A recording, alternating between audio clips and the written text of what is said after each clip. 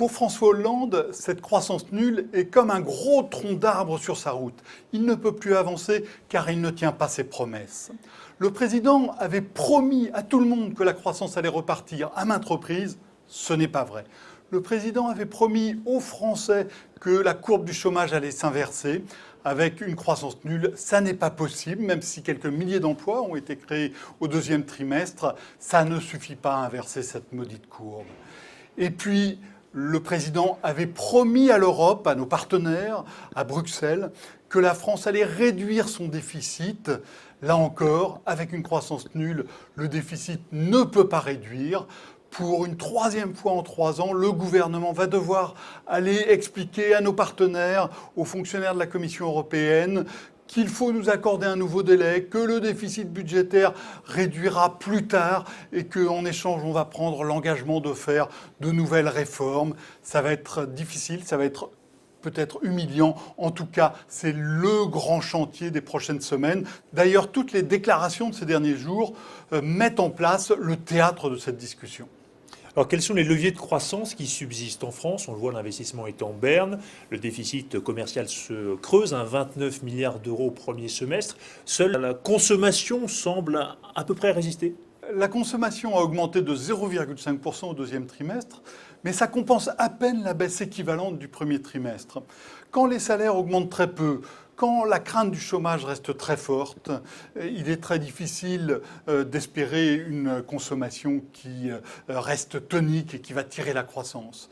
Du côté des exportations, clairement, ça progresse très peu. Et c'est normal parce que la croissance mondiale actuellement tire très peu le commerce entre les différents pays de la planète.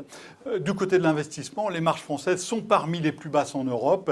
Il est évidemment compliqué d'aller joyeusement investir dans ces conditions. La dépense publique, il n'en est pas question. Il y a une dernière piste qui pourrait être explorée et que le gouvernement va sans doute tracer dans ces prochaines semaines.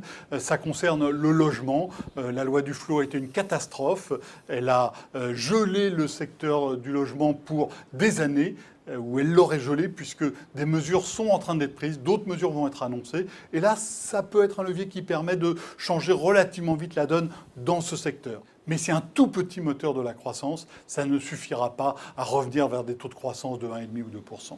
Alors il y a un paradoxe, c'est que malgré cette croissance en berne, ces prévisions revues à la baisse, la France emprunte encore à bon taux sur les marchés avec un taux à 10 ans qui est à 1,4%, c'est un des plus bas historiques.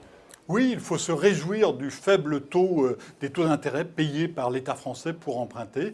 Et en même temps, il faut avoir l'idée que c'est quelque chose qui n'est pas éternel. En la matière, on n'est pas dans des lentes évolutions. On passe de 0 à 1 ou de 1 à 0. C'est exactement ce qui s'est passé en Grèce en 2010. En 2009, tout le monde prêtait allègrement la Grèce sans s'inquiéter. Et puis, début 2010, il y a eu une rupture brutale. Pour la France, c'est plus difficile à imaginer parce que les investisseurs doivent placer leur argent. Ils ont des masses énormes à investir. Trouver une alternative à la Grèce, c'était relativement facile. Trouver une alternative à la France, c'est relativement compliqué. Et c'est pour ça que nous payons nos emprunts très peu cher.